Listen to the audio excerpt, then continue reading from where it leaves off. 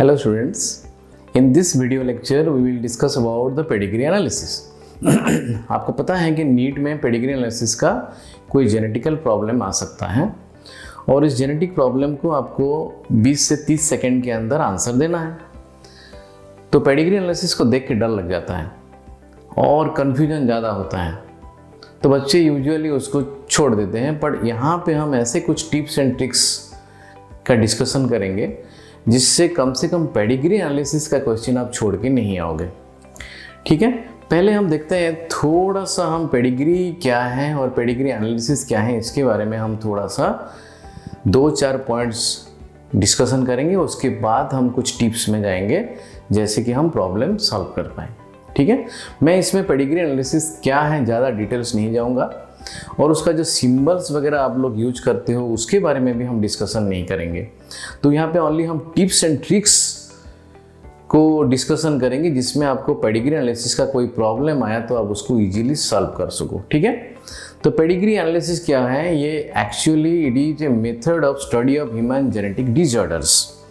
ठीक है, pedigree analysis is a method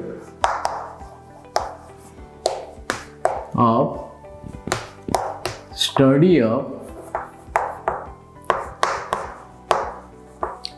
human genetical disorder।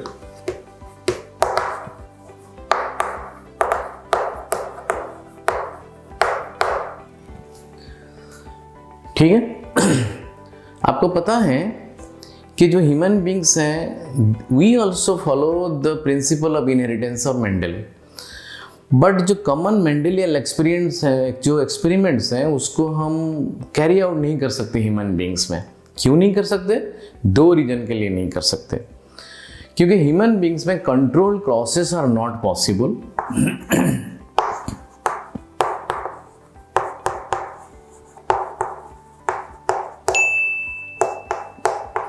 Control crosses are not possible. और जो दूसरा है, जो number of offsprings per couple जो प्रोड्यूस करते हैं वो बहुत ही स्मॉल है।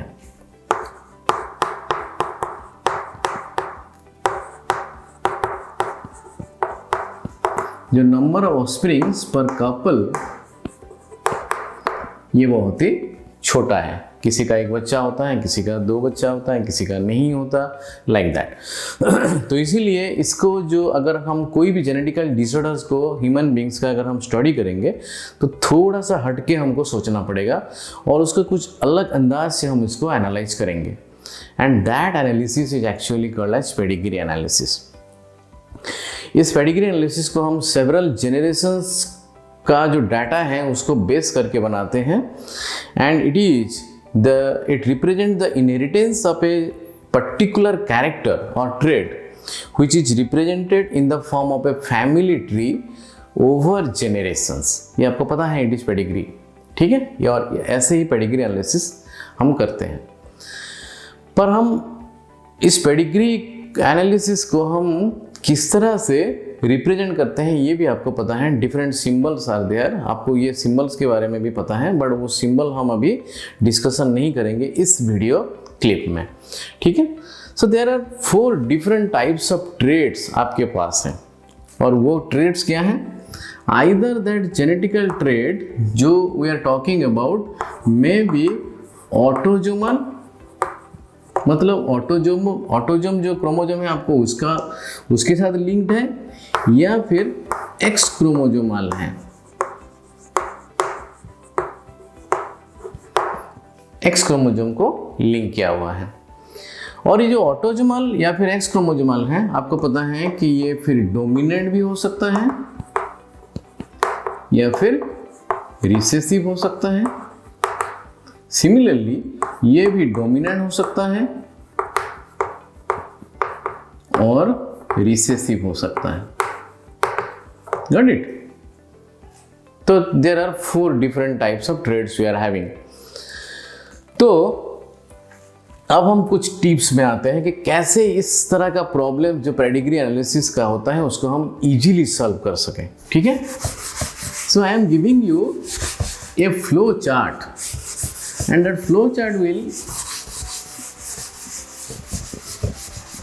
lead you to the answer. पर फ्लो चार्ट में जाने से पहले हम कुछ टिप्स और कुछ ये different types of genetical traits के बारे में और कुछ टिप्स हम नोट करते हैं पहले, ठीक है। The first tip is, if that disease we are talking about is not present in parents but they are present in the children, then they must be a recessive disease. अगर वो disease present नहीं है parents में, ठीक है, that disease is not shown by the parents but they are present in their children, then that disease must be a recessive disease, ठीक है। ये एक टिप्स है। तो हम जितने भी टिप्स यहाँ पे डिस्कशन करेंगे उसके हिसाब से आपको इजीली पेडिग्री एनालिसिस का प्रॉब्लम का आंसर पता चल जाएगा, ठीक है। Second tips is, dominant trade अगर होगा देन नेवर स्किप जेनरेशन, ठीक है। अगर वो ट्रेड डोमिनेंट है, dominant trade never skip generations, ठीक है। थर्ड, अगर फादर से कोई ट्रेड अगर सन के पास जा रहा है तो वो ऑटोजोमल ही हो सकता है। If a trait goes from और इट इज ट्रांसफर्ड और transmitted from father to the son, then it must be autosomal, ठीक है। ये ऑटोजोमल ही हो सकता है क्योंकि रिसेसिव ट्रेड आपको एक्स क्रोमोसोम लिंक अगर होगा तो आपको पता है कि वो नहीं जाएगा सन के पास कभी भी, ठीक है। और जो चौथा जो हमारा जो टिप्स है, अगर आपका पेरेंट्स और children both are affected then normally it is a dominant trait, ठीक है। If parents and their children they all are or both are affected, then it is usually a dominant trait, ठीक है। ये है कुछ आपका tips. अब हम देखते हैं कुछ कंपैरिजन कि अगर ऑटोजोमल डिजीज है ये डोमिनेंट है या रिसेसिव हो सकता है, और अगर ये एक्स लिंक डिजीज है ये डोमिनेंट है या आपका रिसेसिव है, तो हम कैसे डिस्टिंग्विश करेंगे। So let us see with some tips. So मैं कंपैरेटिवली इसको ले रहा हूं अभी।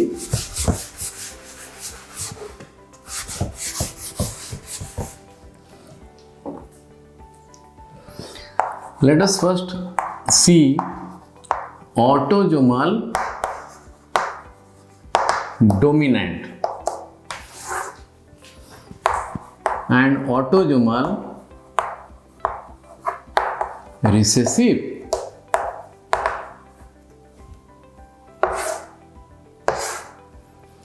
ऑटोजोमल डोमिनेंट है या ऑटोजोमल रिसेसिव है। जो ऑटोजोमल डोमिनेंट होते हैं they don't skip generation,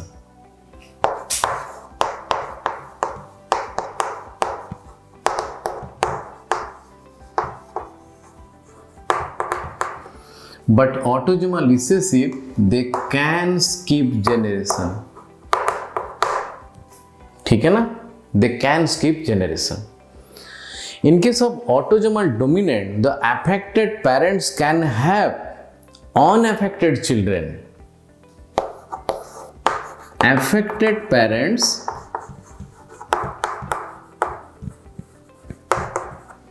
can have unaffected children.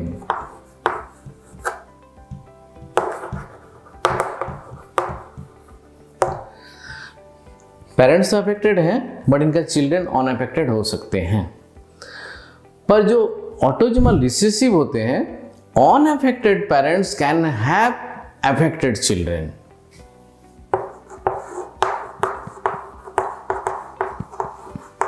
Unaffected parents can have affected children. ठीक है, और थर्ड क्या है, इनके सब ऑटोजोमल डोमिनेंट द हेट्रोजाइगोट्स, जो हेट्रोजाइगोट्स होते हैं, द हेट्रोजाइगोट्स आर अफेक्टेड.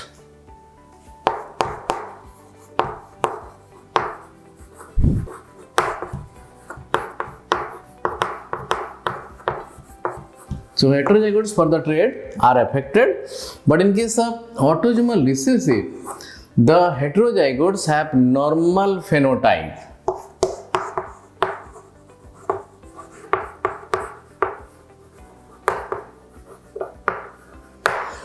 ठीक है, the heterozygotes have normal phenotypes, right? Now let us see the differences in your X chromosomal dominant trait and X chromosome linked recessive trait. X linked dominant and X linked recessive.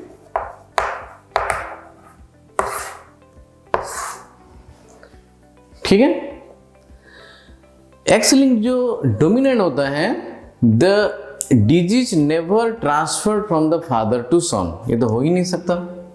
The disease never transferred from the father to son, and the same case is here also, the disease never transferred from father to son, इसमें भी नहीं हो सकता. ठीक है, इनके सब X link dominant, अगर फादर अफेक्टेड हैं, if the father is affected, then all their daughters will be affected. All daughters will be affected if the father is affected.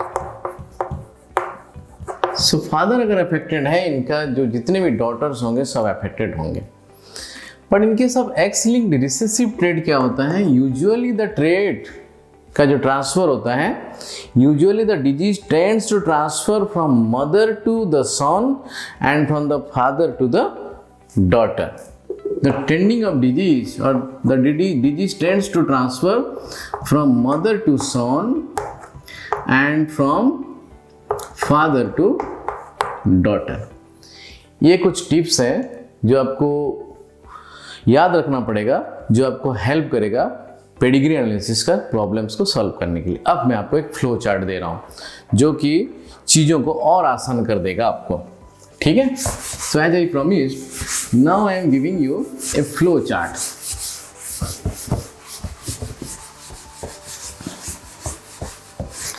तो आप पेडिग्री चार्ट को जब एनालाइज करेंगे तो आप पहले देखिए कि जितने भी उस चार्ट में अफेक्टेड चिल्ड्रन हैं, ऑल अफेक्टेड चिल्ड्रन जो अफेक्टेड हैं, उनका एटलीस्ट वन अफेक्टेड पेरेंट है क्या. ठीक है, सो हम अभी देखते हैं चार्ट को. ऑल अफेक्टेड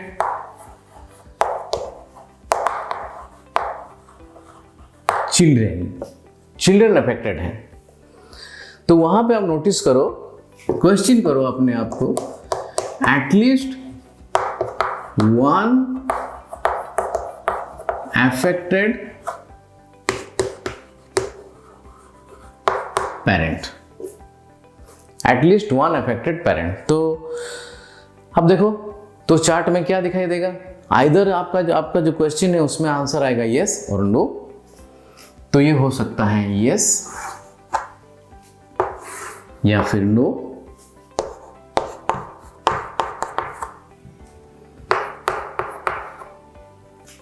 ठीक है, अगर आपका आंसर यस आया, हाँ जितने भी अफेक्टेड चिल्ड्रन हैं उनका सबका एटलीस्ट वन पेरेंट अफेक्टेड है, तो ये डोमिनेंट ट्रेट ही हो सकता है। तो इजीली आपको पता चल गया कि डोमिनेंट है। अब लास्ट में आपको ये डिसाइड करना है कि ये ऑटोजोमल है कि एक्स लिंक्ड है। अगर नो आया, सिमिलरली ये रिप्रेजेंट करेगा रिसेसिव ट्रेट को।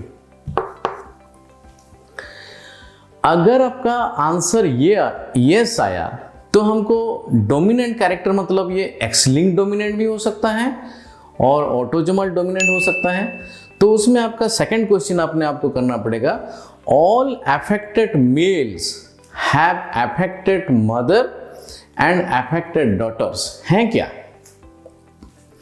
तो इसमें अभी आपको ये देखना पड़ेगा, all affected males have affected mother and affected daughters।